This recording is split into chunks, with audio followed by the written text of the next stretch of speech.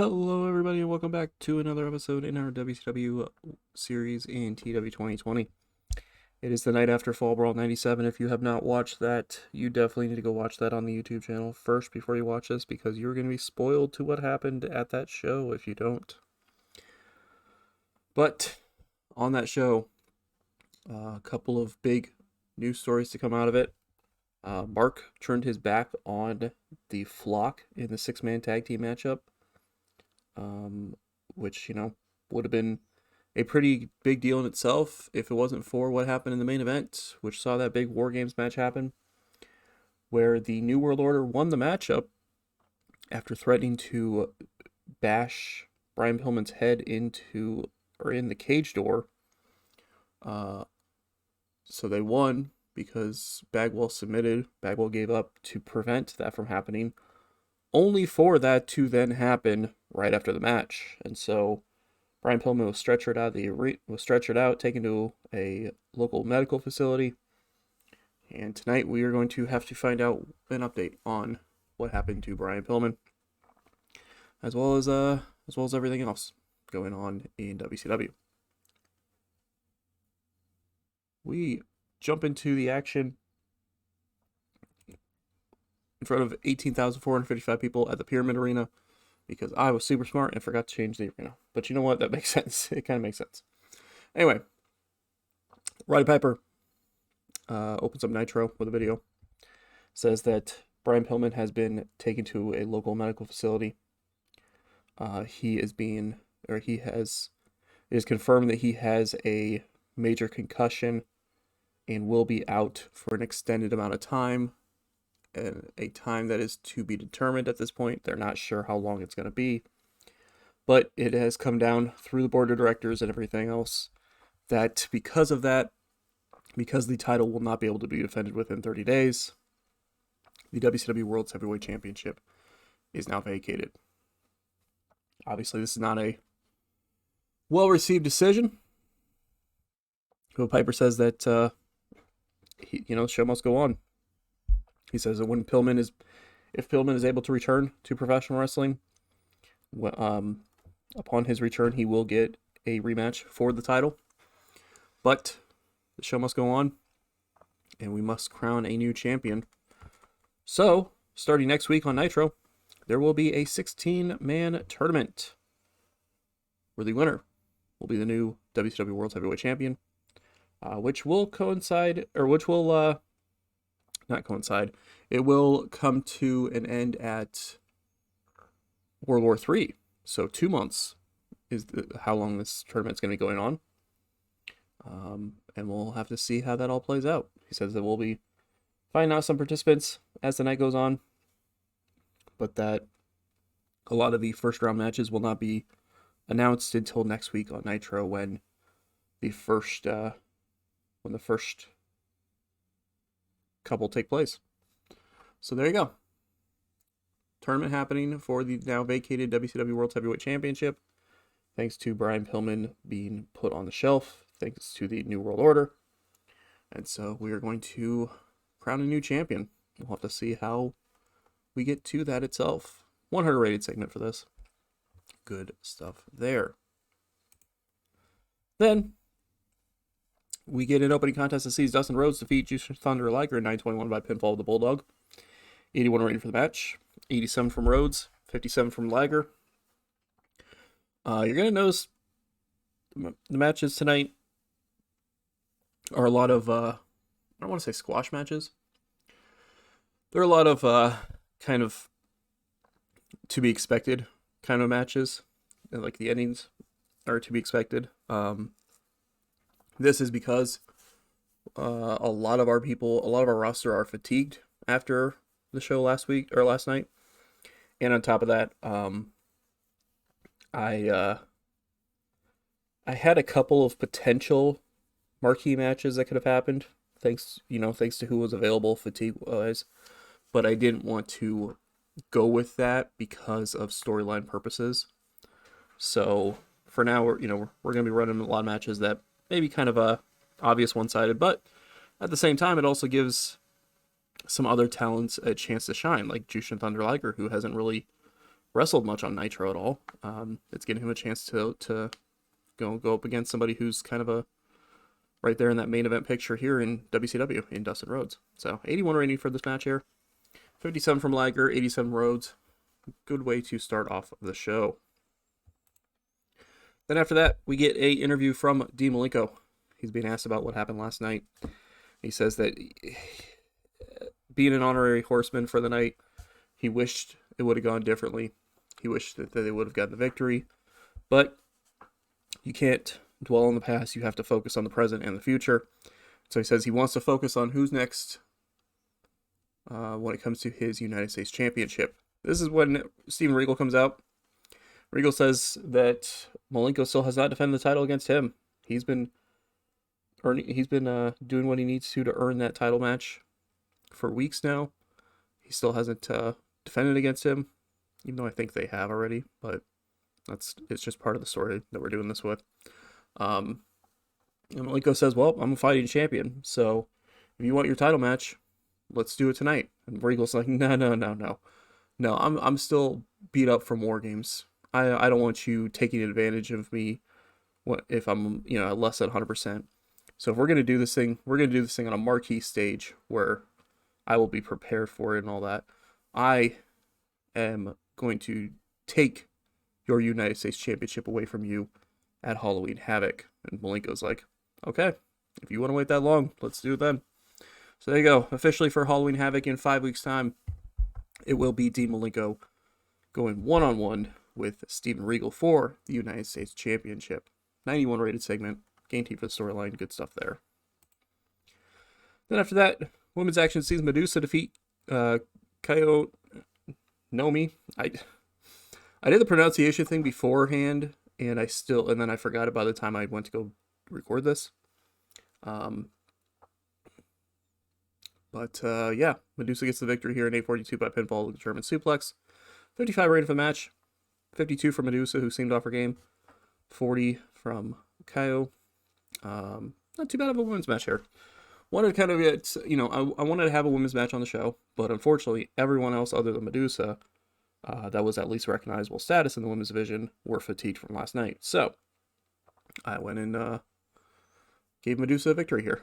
Give her, keep her kind of there where it's like she's still kind of on the outskirts of the picture of, on the outskirts of being a contender for the women's world title without actually, being there right now, because of course Megumi Kudo, the former champion, is the number one contender for the women's title. So kind of keeping her like in the picture as like one of the top contenders without putting her in the title picture at this second. A 55 rating is not bad. Then after that, Ric Flair is losing his goddamn mind. This is actually recorded last night after the show, after War Games happened. He's bloodied. He is being taped up by the doctors and all that stuff.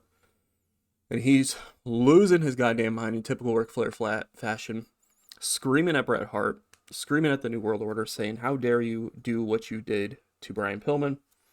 How dare you do any of that stuff?" He says that he is getting ready to head to the local medical facility to check on Brian, because of course this is recorded before the world title is vacated. But he says that he swears he will get revenge on every single member of the New World Order for any damages done to Brian. He says that if Brian is put on the shelf for any amount of time, he will cause 10 times that much damage to every single member of the New World Order. Does not matter who they are. Even that slimy Ted DiBiase will get that kind of attack and that kind of damage to him. And Ric Flair is losing his mind at targeting the entire NWO. 99 rated for the segment here, as Flair just losing it after what happened to Pillman at Fall Brawl.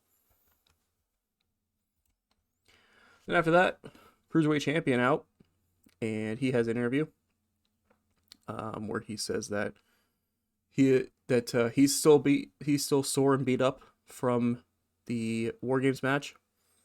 But then next week, he's going to show up to Nitro, and he is expecting one of the cruiserweights to show up so he can defend his championship. 79 rating. Not bad. Jerry Lynn, it's not a long promo. It's just Jerry Lynn kind of being cocky, saying that he's he's too beat up tonight from War Games to defend the title. But next week he's going to be at Nitro. He's going to defend this title against whoever wants a shot. 79 rating. Good stuff. Then after that, Booker T defeats Yoshihiro Tajiri in 8-17 by pinfall the Harlem Hangover. 75 rating for the match. 81 from Booker, 44 from Tajiri. Again, like I said, one kind of obvious victory, but still gives Tajiri a chance to kind of look pretty decent in a matchup here on Nitro. All these matches, I say that they're one-sided. I say it's, kind of obvious who's going to be winning. But at the same time, I have them all set to kind of open status. So, the other person in the match is getting a decent bit of offense in. Not to necessarily make other people look bad. Like, obviously, Tajiri was not meant to make Booker T look bad in this. But just, giving Tajiri a couple minutes of offense, wherever that actually makes him, makes him look like, oh, okay, maybe this is somebody who we should be paying attention to in WCW kind of thing. So, 75 rating here for this, though. Pretty good stuff here as Booker T gets the victory. Again, like I said, there were a couple of matches I could have run. Booker T and Dustin Rhodes was one because neither one of them was fatigued at all. But I just ran it on last Nitro, and it wouldn't have made sense storyline-wise, so that's why you see these two in separate matches. No storyline advancement from the two this week, other than just the commentators talking about the feud between the two. Sometimes you gotta give certain stories a rest if you've been pushing them, the week before or something like that. But there you go. So Booker and Dustin Rhodes getting separate victories in separate matches as we await to see the next chapter of that feud. Then, Eric Bischoff comes out. He's being interviewed by Gene Okerlund. Says that our boys may be sore, but my God, what a night it was at Fall Brawl for the New World Order. He says that Dynamite Kansai defended the WCW Women's World Championship successfully. She did a great job in that matchup against Mariko Yoshida. And then in the main event, War Games, the New World Order stands tall. And not only that, but they caused the WCW World Heavyweight Championship to be vacated, getting away from that crazy, psychotic Brian Pillman so that a member of the New World Order can once again hold the title. This brings out Roddy Piper. Piper says that it's funny that he mentions that a member of the New World Order can have the title. Because while Bischoff is allowed to make matches around here and allowed to put the New World Order and stuff, he's not allowed to put the New World Order in championship matches. So he has no say over whether even a member of the New World Order is even in the tournament for the WCW World Heavyweight Championship. And Bischoff's not happy about that. He's like, what? No, you have to put a member of us in. You have to put a member of the New World Order in. You have to. Piper's like, you know what? Because I'm a fair, authority figure around here, because I respect both sides of the coin here in professional wrestling, I will allow one member of the group to be in the tournament. Only one. But I'll let you guys decide which member it is. So there you go. Only one member of the New World Order is going to be in the 16-man tournament. We'll have to see which member it ends up being. Kind of a, interesting little thing. I mean, I'm sure when a tournament was announced that Bischoff and the rest of the New World Order got excited because, could have had a couple different people in the tournament, made sure that one of their guys ended up in the finals, or made sure two guys end up in the finals, so that way one of them walks out with the title. But apparently only one person from the New World Order will be in the tournament. So we'll have to see who that ends up being. I mean, obviously there's kind of an obvious choice, but you never know if it's going to be that obvious choice. We'll have to see who it ends up being and if they can make it to the finals to win to try to win the tournament. So there you go, 91 rating here, not bad. As Bischoff is celebrating, but then finding out that there's not as much celebration as he was hoping for. Then after that, another odd couple story segment here. All of a sudden, Paige are backstage talking.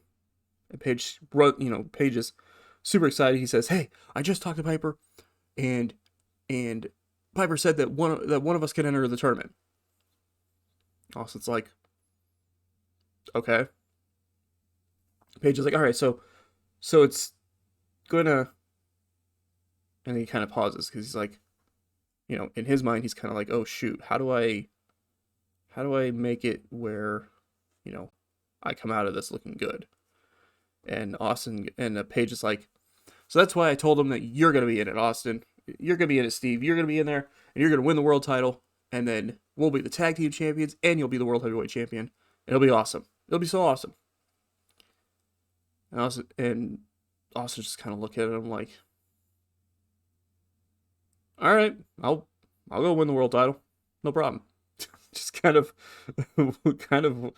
wondering why the hell Paige volunteered to Austin as the representative of the Odd Couple, but yeah, and Paige gets really excited. He says, "I'm gonna go get some beers to celebrate." And Austin's like, "Don't buy that cheap," but Paige is already halfway down the hall at that point. So there you go. Steve Austin officially entered into the world title tournament as well. I thought about putting both of them in and then having them have to cross paths at one point to kind of start, continue the storyline, but I changed my mind on it because I have a different plan to keep the storyline going. But there you go. Steve Austin is going to be in the WCW World Heavyweight Championship tournament. We'll have to see if he can win the title. Speaking of Paige, before he goes buy beers, he's going out to the ring because he's going to have a match against Tom Brady. And he beats him in 704 by pinfall to Diamond Cutter. 74 rating for the match. Paige with an 81, Brady with a 40. Again, Paige looking good here. He hasn't had a singles match in a long time, which is why I did this. Because normally, the last 4 or 5 matches he's had have all been tag matches. Ever since he stepped in for Owen to become tag team champions. He hasn't really had a singles match, so I figured, it'd be interesting to give him a singles match here. I could have had him and Austin defend the titles, or at least been in a non-title tag match, but I just figured it'd be better to give him a singles match. And he gets the victory here over Tom Brady with a Diamond Cutter. 81 rating for Paige, 40 from Randy. Commentators kind of talking. It doesn't advance the storyline, in the game, but commentators are kind of talking about how Paige is showing this different side of him ever since teaming with Austin. Trying to get Austin's respect and approval, and willingly giving up a shot at the world title for Austin, that kind of thing. So they're kind of left wondering, what is Paige's game plan here? What is he doing? So 74 rating here.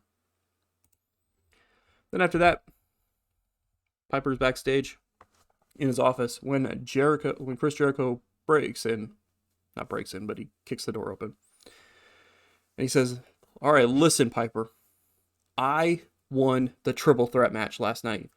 I beat Cactus Jack and the Giant. I deserve to be in that world title tournament." Piper goes, "Yeah, I already had you penciled in." And Jericho's like, "And another thing, wait, what?" Piper goes, "Yeah, Jericho, you're in the tournament. You're in the tournament, Chris. You were going to be in the you're in the tournament. Why would I, you just won a major triple threat match on pay-per-view. Why would I keep you out of the tournament?" And Jericho's like, "Well, yeah, I deserve to be in that. I'm gonna win the whole thing and become the new WCW World Heavyweight Champion."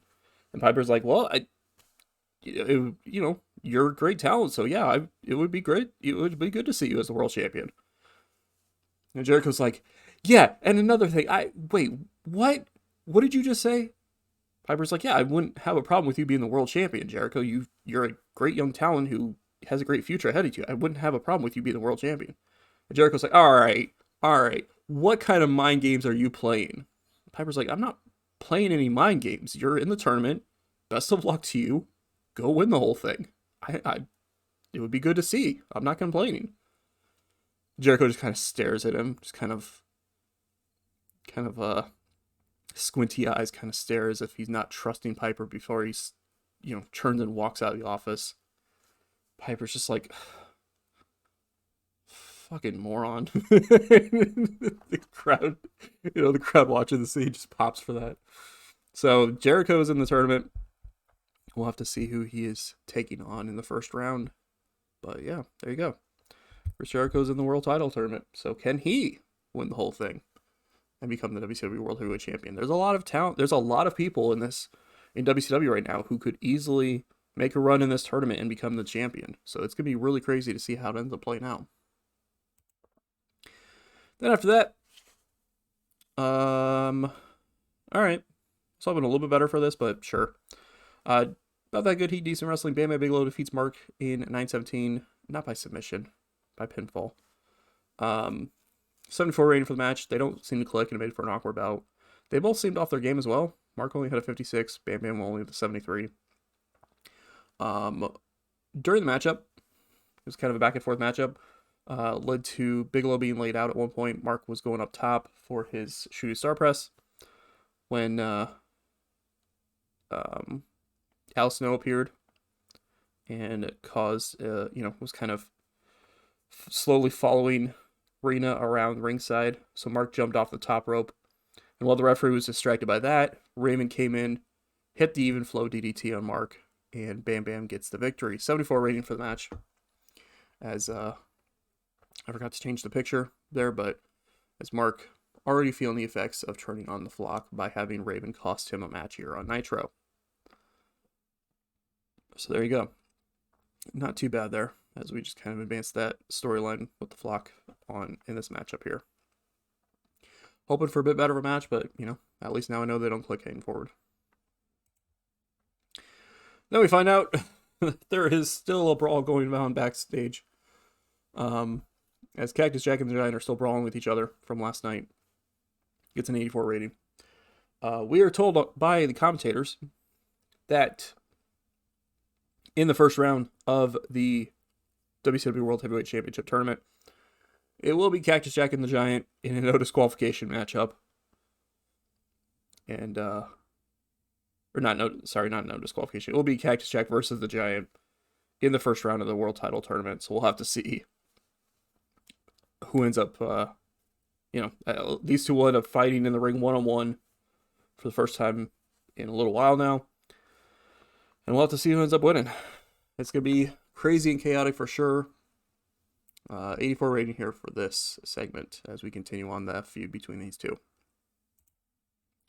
And then in our main event, Bret Hart, former WCW World Heavyweight Champion, defeats Billy Kidman in 11:16. After Kidman gets disqualified thanks to Ric Flair running in and attacking Bret Hart. 85 rating for the match, 96 from Bret, 50 from Kidman. As Flair goes after Hart, Hart tries to leave the ring. Flair is charging after him anyway. He's all taped up, after being bloodied from last night. But he chases Bret Hart through the crowd as the cameras try to follow him. And that's how we end Nitro, with Ric Flair chasing Bret Hart throughout the arena. So there you go, 85 rating for this match, not too bad. As Bret gets the victory, even if it was by disqualification. Kidman gets a chance in the main event of Nitro to look pretty decent there, had a 50 rating. Trying to, get a couple minutes of offense in against the former world champion. But Bret Hart gets the victory thanks to Ric Flair chasing him out of the arena. Show it to 91. I'll take it. Very good segments on the show. All that kind of stuff there. Can't complain about that. Not a strong show storyline wise and stuff like that. Like, it's one of those that, in theory probably would have been beaten in the television ratings, but we couldn't have a lot of matches because a lot of our talent were worn out from last night's pay-per-view. And so we had to do what we could on the show. Ratings for the week. 8.9 million viewers watching Nitro. Good for 5th of the night. Raw had 3.1 million viewers, but it got a 68 rating. Saw Diesel defeat Savio Vega in the main event to a 75. Scott Hall defeated Ahmed Johnson in a 90. I'm not sure why I did so bad segment wise or show rating wise. I guess the segments kind of bombed. The best segments of the night were 273s from Vince, from an interview with Vince and an interview with Warrior. So maybe that hurt the ratings for it. Crazy stuff. CMLL had an 85. CMLL secretly trying to become one of the top companies in the world right now. I mean, they kind of are, but they are consistently churning out good stuff here. Actually, I kind of want to see. Are they? Yeah, they're still 4th. So they're right there. It's so weird that this is a world where the USWA is 3rd in the entire world.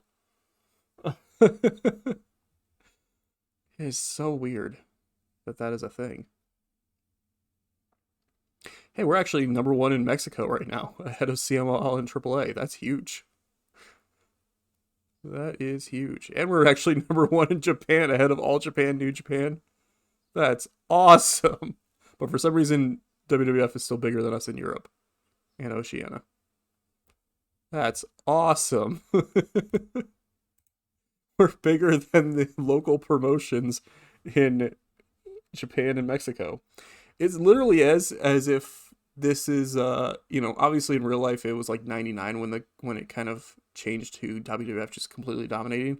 But in this, it's literally as if WCW took that role and is kind of starting to monopolize professional wrestling at this point. Like, it's the only thing that you really want to watch consistently because it's the one that's constantly doing great stuff and all that. So it's kind of funny there. But there is that. So thank you all for watching. Definitely appreciate it.